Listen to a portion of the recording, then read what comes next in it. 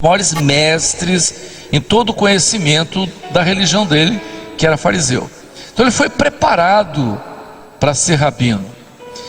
Quando ele tem a experiência com o Senhor, ele usa, falando da experiência dele, ele usa ele faz uma colocação muito interessante, que é o retrato da experiência dele. O que ele diz ainda aos Coríntios na primeira carta? Ele diz assim: aquilo que o olho não viu e o ouvido não ouviu, não subiu ao coração do homem, é exatamente o que Deus preparou para os que o amam. Então Paulo está falando basicamente da experiência dele e reporta a isso aqui, porque ele está falando de uma coisa que está além daquilo que é a razão. E nós vamos ver aqui para nós que o ministério nessa obra é alguma coisa diferente, é alguma coisa que tem uma característica diferente. Nos fez capazes de ser ministros de um novo testamento. Essa palavra testamento pode ser substituída por duas outras palavras: aliança. Novo testamento pode ser chamado de aliança ou pacto, é a mesma coisa. Ministério do novo pacto, pacto, aliança ou testamento é a mesma coisa. Então vamos em frente nisso aqui. Então o que significa, vamos pegar o que foi o Velho Testamento e a passagem para o Novo Testamento. No Velho Testamento, nós não podemos falar na figura do ministro, ou seja, de ministério no Velho Testamento, até porque ministério é uma palavra do grego. A palavra diaconia é uma palavra grega. A palavra que poderia parecer com isso, nós temos que citar a situação do sacerdote no Velho Testamento, que não é a mesma coisa, mas tinha um ofício parecido. Qual era a característica do sacerdote? De que forma o sacerdote veio? Nós vamos ver que há uma certa relação dos dois, que nós vamos chegar aqui. Quando o Senhor mandou ser consagrado o sacerdote, na consagração do sacerdote, Deus orienta a Moisés que instruísse Arão que a consagração do sacerdote tinha que ser feita de uma maneira especial. Como é que era essa consagração? O cordeiro era colocado no lugar, no altar, para ser sacrificado. O sacerdote que vinha ser consagrado, ele segurava a cabeça do cordeiro enquanto o cordeiro era sacrificado. Segurava a cabeça, o cordeiro era sacrificado e o sangue era colocado na orelha direita, no polegar direito e no dedo maior do pé direito. Na Bíblia fala polegar, é claro que médico não chama o dedão do pé de polegar, é hálux, mas é o dedão do pé. Então o sangue era colocado na orelha direita, no polegar e no dedão, tá? O hálux, o dedo maior do pé. Por que Deus fez aquilo? Aquilo ali já era profético, era um ato profético. O sangue, primeiro, o sacerdote que ia ser consagrado, ele segurava a cabeça, mostrando já na figura do cordeiro, lá para o outro pacto que viria, que o sacerdote, ou seja, a ponta, ele seria dependente de governo, o governo do cordeiro. Então ele dependia disso. A outra dependência seria o sangue, e o sangue seria na orelha direita, no polegar da mão direita e no do pé direito, no dedo maior do pé direito. Por que isso? Era uma colocação do Velho Testamento em que o sacerdote, ele tinha que ouvir a voz do Senhor. Ele tem que estar preparado para ouvir a voz do Senhor. O dedo da mão maior é o dedo polegar, né? Quando você perde esse dedo, é o dedo que tem maior valor no seguro, porque ele articula com todos os dedos. É o dedo do apóstolo, é o dedo da doutrina, aponta para a doutrina. E o dedo do pé, porque o dedo do pé, o maior é o que marca a mudança de passo. Se você não tiver o dedo maior do pé, você manca, você claudica, porque ele dá base para você mudar o passo. Então isso era profético lá no Velho Testamento. Mas vamos passar isso agora. Isso era tudo aquilo da velha dispensação. Quando chegou na nova dispensação, Jesus faz a mudança. Em que momento ele faz a mudança? E ele faz a mudança do ministério aí. Quando ele convoca os apóstolos para a ceia, de que forma ele convoca os apóstolos? Ele convoca os apóstolos para a Páscoa. A Páscoa ainda é velha dispensação. Ele diz assim: desejei muito comer convosco a Páscoa. Ide à cidade, segui um homem com um cântaro, dizei a ele onde o mestre vai comer a Páscoa com seus discípulos. Estava o cenáculo. Então tudo foi preparado, chamando a atenção para a Páscoa. Jesus vai com seus apóstolos, se assenta à mesa para comemorar a Páscoa, e na comemoração da Páscoa ele coloca sobre a mesa pão e vinho. Ora, ele coloca pão e vinho, e é o ponto central de tudo aquilo ali, era o pão e o vinho. Não há menção em outra coisa a não ser no pão e no vinho. Por quê? Alguém poderia dizer assim, mas não é a ênfase não é pão e vinho, teria que ter pão, cordeiro assado e ervas amargosas. Por que não o pão? Porque a palavra, ela continuaria, ela migra do Velho para o Novo Testamento, porque é o projeto completo. O cordeiro, eles não perguntaram onde estava o cordeiro, porque João Batista já tinha respondido: ele é o cordeiro de Deus que tira o pecado do mundo. Eles já sabiam. Mas o que acontece? As ervas amargosas ele não cita. Ele não fala das ervas amargosas, ele coloca o vinho, porque ele cumpre a profecia de Isaías, que diz a respeito dele: pelas suas pisaduras nós seremos sarados. Então a erva amargosa representava o sofrimento do povo quando estava no Egito. Então eles recordavam disso. As ervas amargosas não precisavam mais, porque ele tira a erva amargosa e coloca o vinho. Então o que acontece naquele momento? Ele encerra o velho pacto que veio até ali, ele encerra e estabelece o novo pacto. Ou seja, ele encerra a Páscoa, cumpre toda a lei como estava determinado, e estabelece o novo pacto. Quando ele estabelece o novo pacto, ele coloca pão e vinho. Esse é o novo pacto. E por que ele não chamou as mulheres?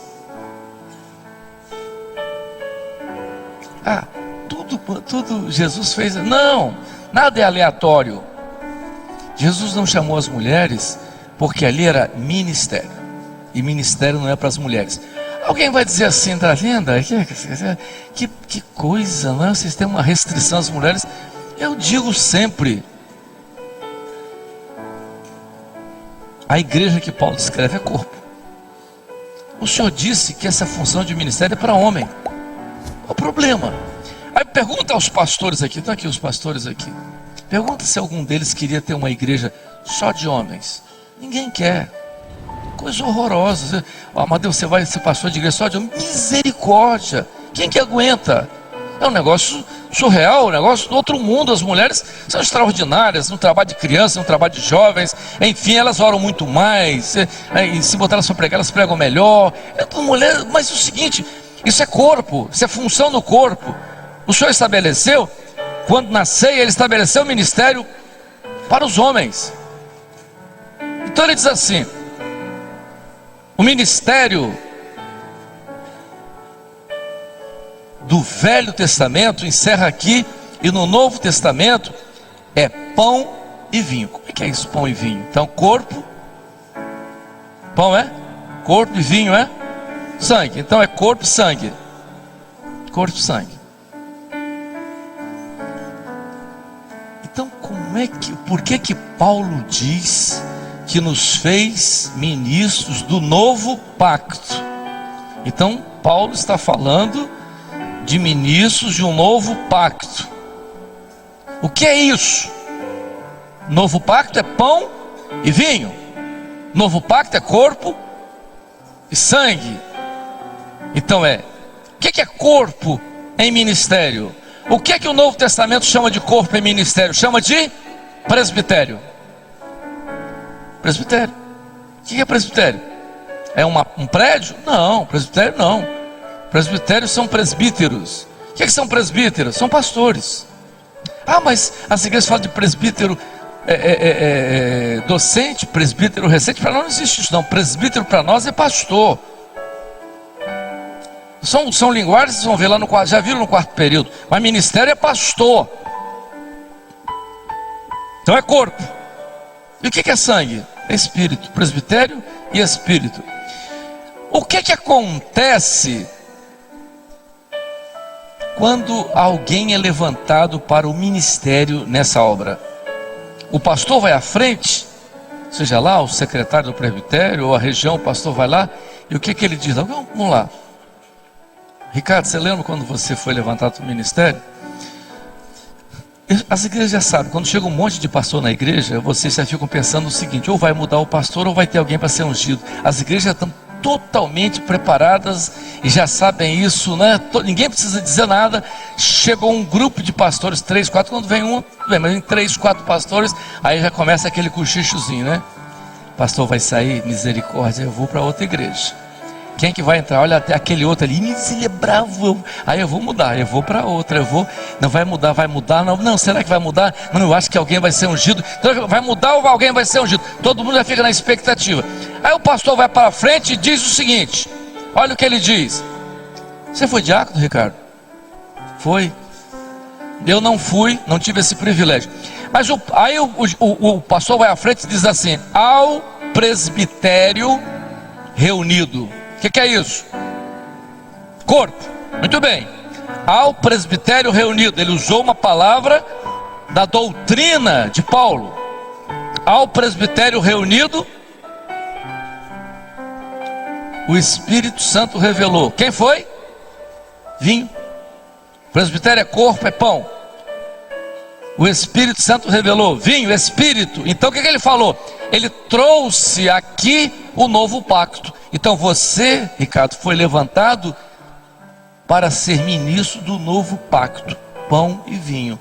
O presbitério reunido, o Espírito Santo revelou, e o presbitério vai lá, impõe as mãos, e você é ungido para o ministério. De quê? Da letra? Não. Se fosse da letra, não seria assim.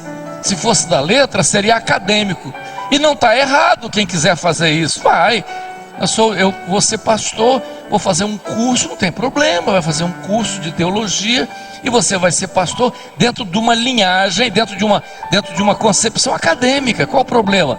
Você vai aprender a pregar, você vai aprender a cuidar de igreja, você tem uma grade curricular, você vai aprender lá sociologia, claro, a família tem que ser vista no aspecto social. Eu aprendi no seminário. Olha, aquele jovem está com um problema psicológico. Eu tive noções de psicologia, então eu vou aplicar aquilo. Não, eu vou preparar um discurso, eu vou preparar um sermão. Então eu tenho que conhecer, eu tenho que aplicar homilética, que é a técnica do discurso. E eu me lembro, eu era ungido aqui com 22 anos, eu fui ungido. E no mesmo ano eu fui ordenado. 22 anos, era pastor. E veio um pastor que era teólogo e tal, chegou eu novo, 22 anos, e chegou para mim e disse: meu jovem, o que é que você entende de homilética?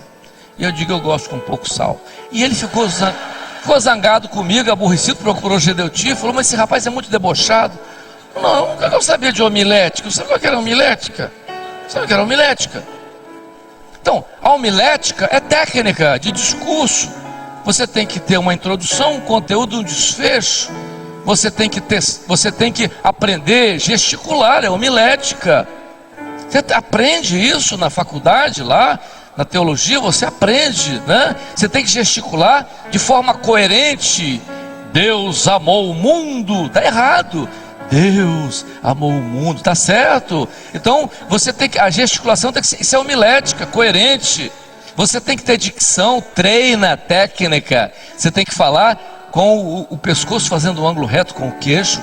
Isso é técnica. Senão você atrapalha a dicção. Você não pode falar.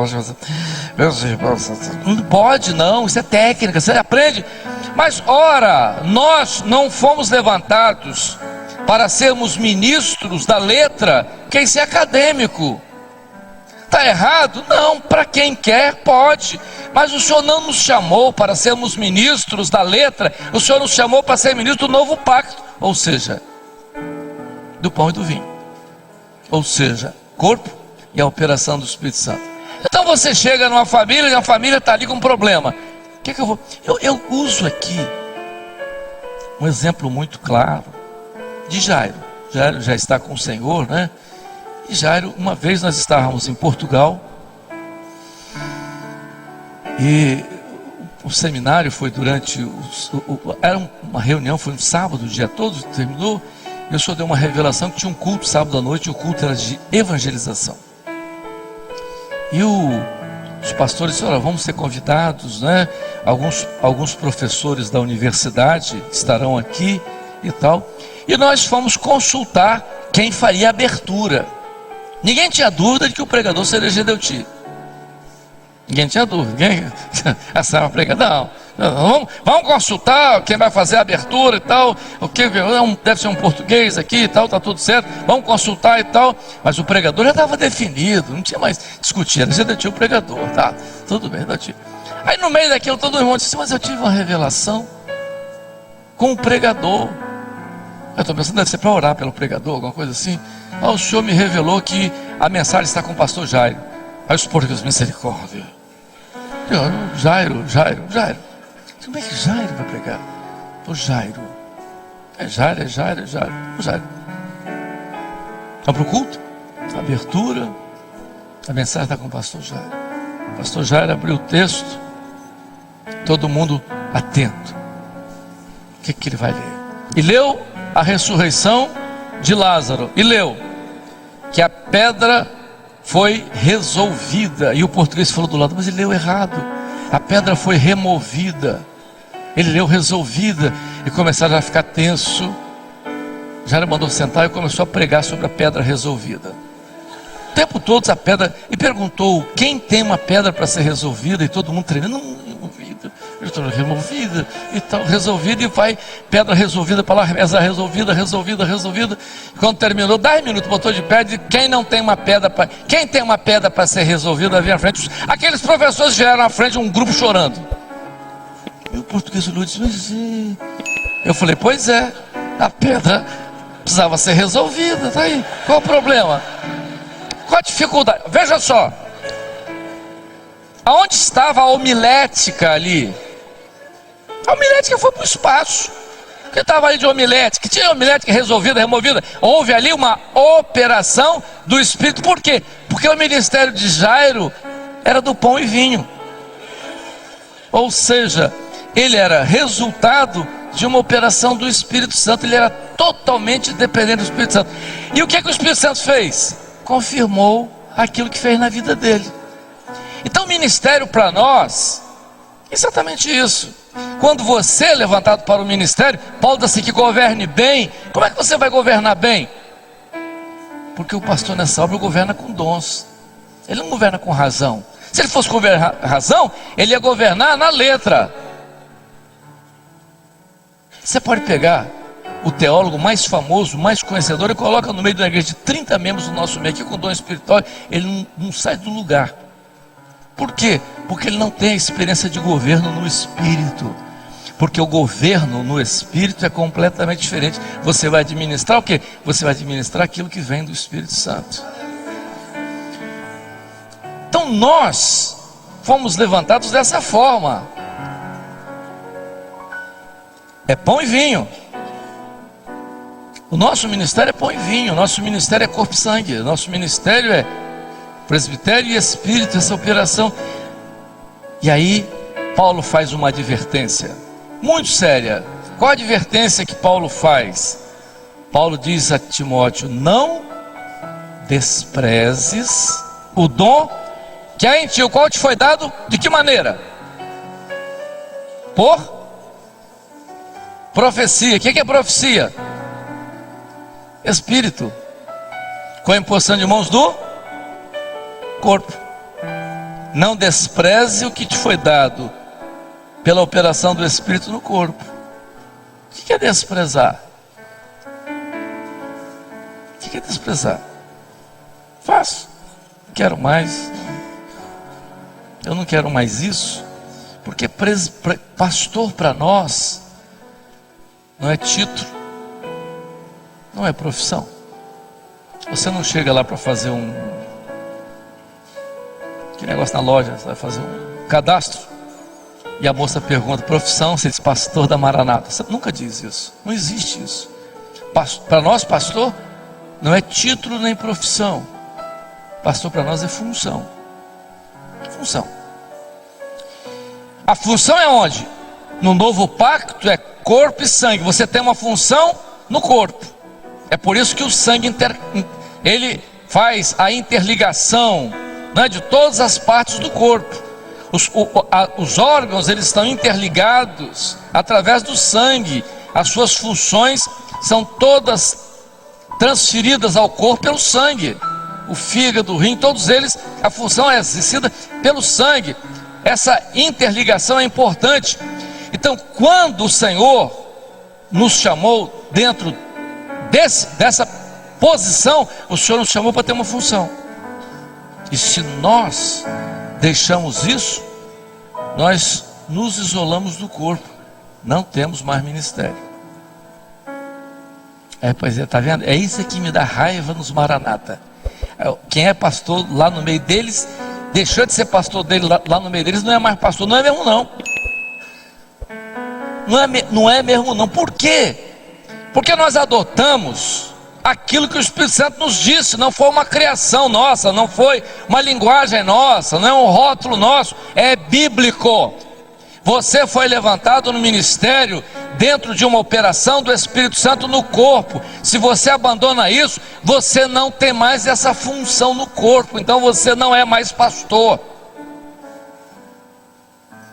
A prova isso da Bíblia é claro. Quando Pedro confessa que Jesus era o Filho do Deus vivo, Jesus diz a Pedro, você teve uma revelação. Eu digo mais, Pedro, o que ligar no céu, o que ligar na terra será ligado no céu, mas o que desligar na terra será desligado no céu.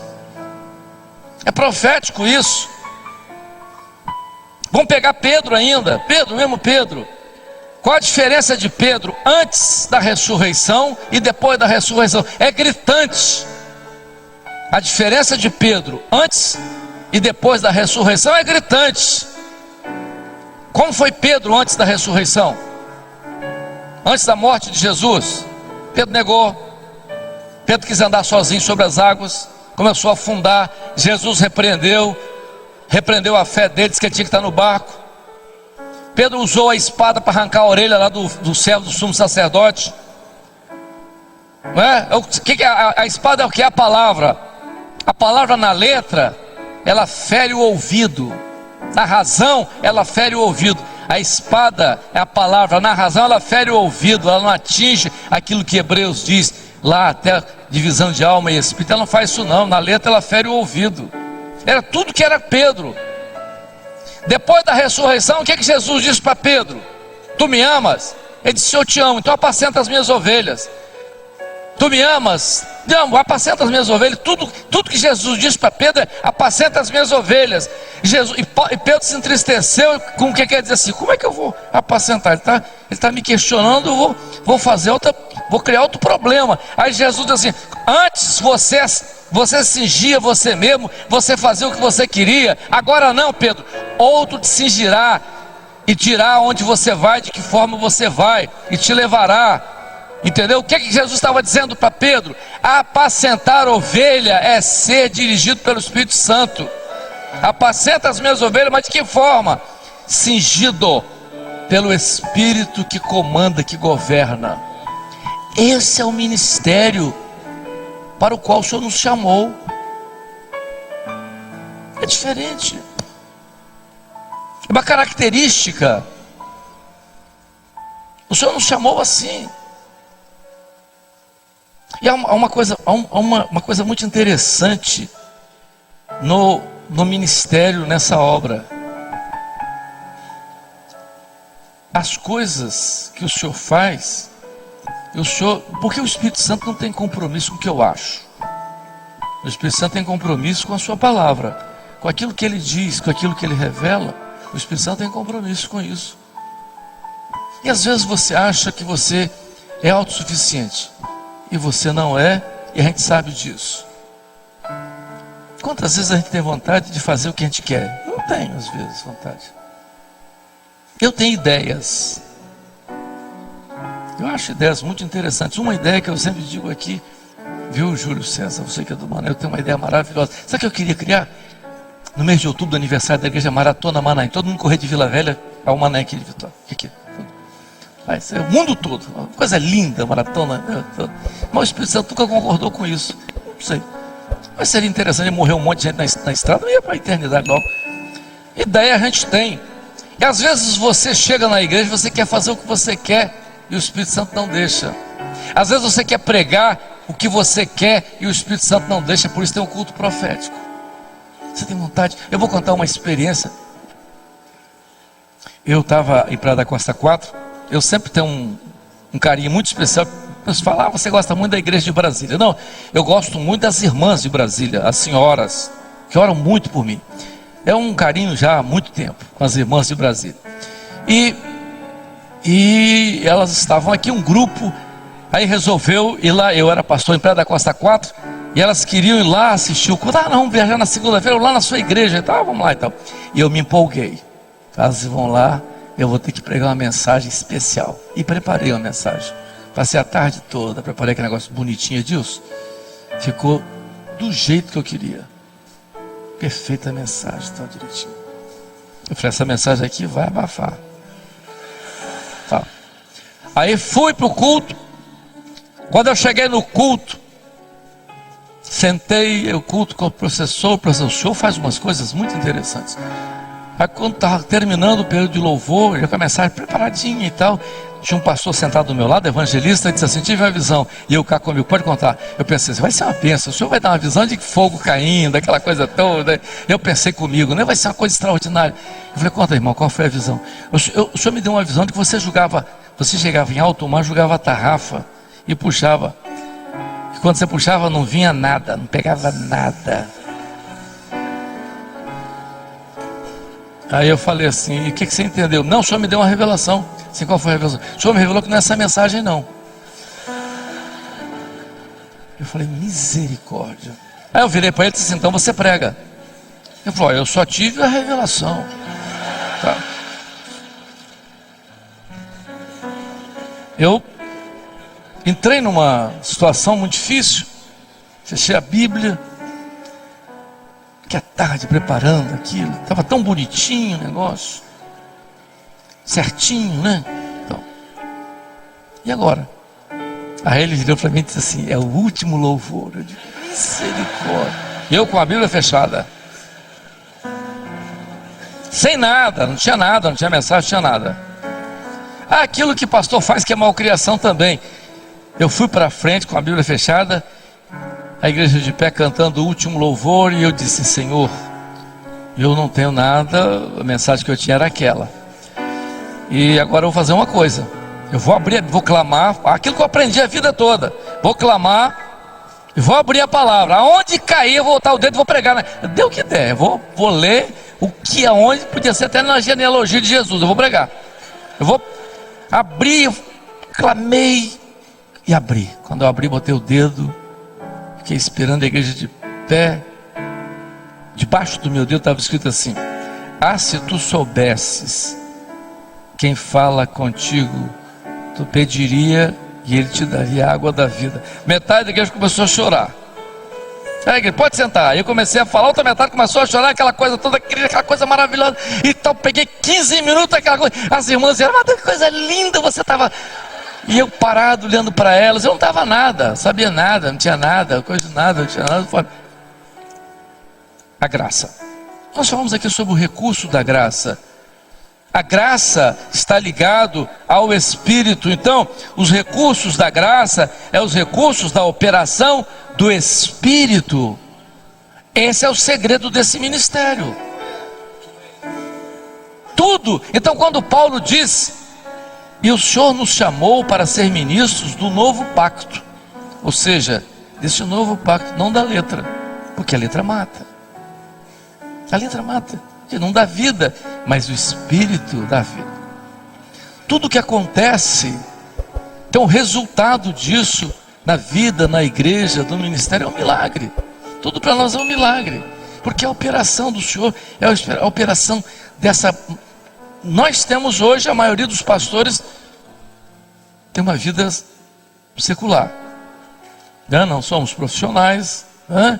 E tal, tem as suas ocupações, e às vezes você passa o dia todo trabalhando, chega na igreja, você tem que ter uma palavra. E aí?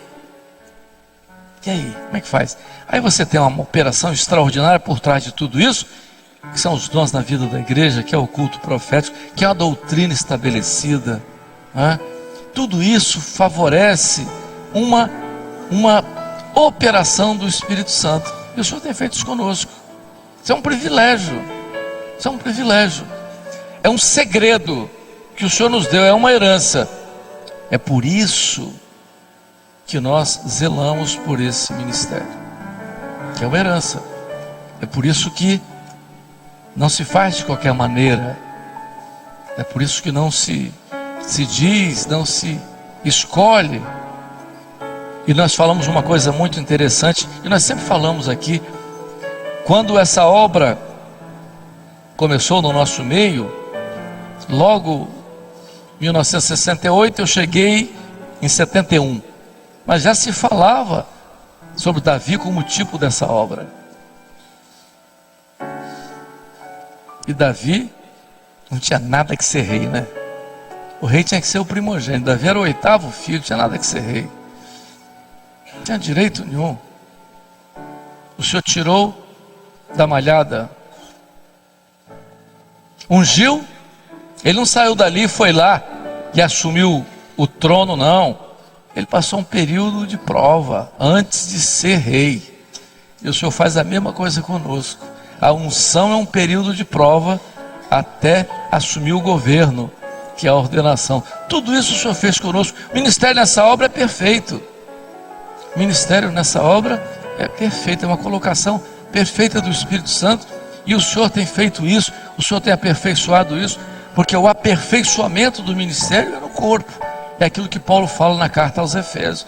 É um aperfeiçoamento. Até que momento? Até o momento do arrebatamento da igreja, até atingir a estatura de varão perfeito. É isso que vai acontecer, e é isso que o Senhor tem feito conosco. E nós caminhamos dessa forma. É um privilégio que o Senhor nos dá. E nos fez ministros do novo pacto. Ou seja, o seu pastor é pastor do novo pacto. Ou seja, pão e vinho, espírito e corpo. Ele depende da operação do Espírito Santo e depende do corpo, que ele está ligado no corpo. É por isso que ele não se isola, ele não pode se isolar. É por isso que o pastor não pode dizer que ele é pastor, não, ele tem uma atuação no corpo. E ele é aperfeiçoado no corpo. O Senhor faz isso conosco. E esse aperfeiçoamento é constante na nossa vida. Amém?